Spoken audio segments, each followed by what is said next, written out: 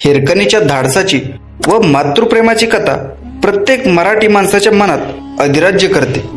परंतु ही हिरकणी कोण? नक्की तिने काय धाडस केले? हिरकणीच्या धाडसाच्या कथेस काही ऐतिहासिक संदर्भ आहेत का, हे आपण आजच्या व्हिडिओमध्ये पाहणार आहोत. शिवकाळात रायगडाच्या पायथ्याशी असणाऱ्या गावातून लोक गडावर वस्तू विकण्यासाठी येत असत.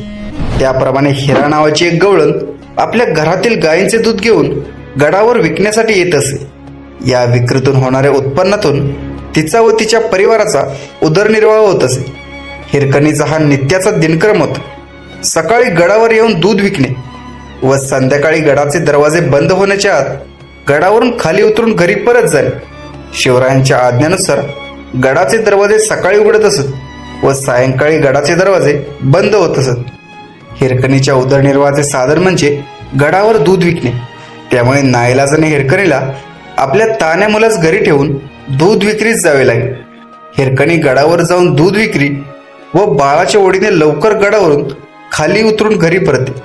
एके दिवशी नित्य नियमाप्रमाणे हिरकणी कोजागरी पौर्णिमेच्या दिवशी गडावर दूध विकण्यासाठी गेली असता तिचे दूध विकले गेले नाही. त्यामुळे दूध विकून परत गड उतरण्यास तिला उशीर झाला व संध्याकाळ कधी झाली हे तिला कळालेच नाही. ज्यावेळी हिरकणीच्या हे लक्षात आले तशी ती बाळाच्या ओढीने धावत धावत गडाच्या महादरवाजाजवळ आली. परंतु दुर्दैवाने संध्याकाळ होऊन गेल्याने गडाच्या पहारेकरांनी गडाचे दरवाजे बंद केले. हिरकणीचा जीव तिच्या बाळासाठी कासावीस होऊ लागला. तिने गडाच्या पहारेकरांना गडाचे दरवाजे उघडण्याची विनंती केली. परंतु शिवरायांची आज्ञा असल्याने पहारेकरी हुकुमाचे बांधील होते. त्यांनी हिरकणीची विनंती नाकारली.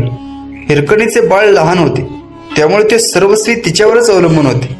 आपले बाळ उठले असेल आणि भुकेने रडत असेल या विचाराने हिरकणीचा जीव कासावीस झाला. तिला तिच्या डोळ्यासमोर तिचे बाळ दिसू लागले. आपल्या बाळासाठी तिने गडावरून खाली उतरण्याचा निर्णय घेतला. परंतु रायगड कडेकपारे जंगली श्वापद यांनी युक्त अवघड किल्ला होता. रात्रीच्या अंधारात उतरताना जर हात सुटला किंवा पाय घसरला तर मृत्यू हा ठरलेलाच. हिरकणी गडावरून खाली जाण्याची वाट शोधत एका टोकापाशी आली व तेथून गड उतरण्याचा निर्णय घेतला. हिरकणी ज्या कड्यावरून उतरत होती तो कडा दिवसाच्या प्रकाशात देखील उतरणे अशक्य होते. हिरकणीला काटे टोचत होते. पायाला व हाताला जखमा झाल्या होत्या.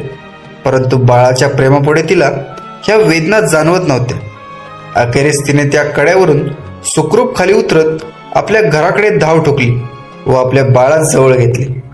दुसऱ्या दिवशी रायगडावर हिरकणी गड उतरून घरी गेल्याची बातमी पसरली. महाराजांना ही बातमी समजल्यावर त्यांना हिरकणीच्या धाडसाचे कौतुक वाटले. तसेच रायगडाच्या सुरक्षिततेविषयी त्यांना काळजी वाटली. हिरकणीला मान सन्मानाने शिवाजी महाराजांसमोर आणले गेले. शिवरायांनी तिला बक्षीस दिले. तसेच साडी चोळी देऊन तिचा सत्कार करण्यात आला. हिरकणी ज्या कड्यावरून खाली उतरली तो कडा दुर्गम करण्यात आला व तिथे तटबंदी बांधून बुरुज बांधण्यात आला. सदर बुरुजास हिरकणीच्या पराक्रमाची साक्ष म्हणून हिरकणी बुरुज हे नाव देऊन हिरकणीचा गौरव करण्यात आला. हिरकणीच्या कथेचे ऐतिहासिक संदर्भ सापडत नाहीत, परंतु एक ऐतिहासिक संदर्भ सापडतो. तो एका मावळ्याचा आहे. रायगड एका मावळ्याने सर केल्याची नोंद आढळून येते.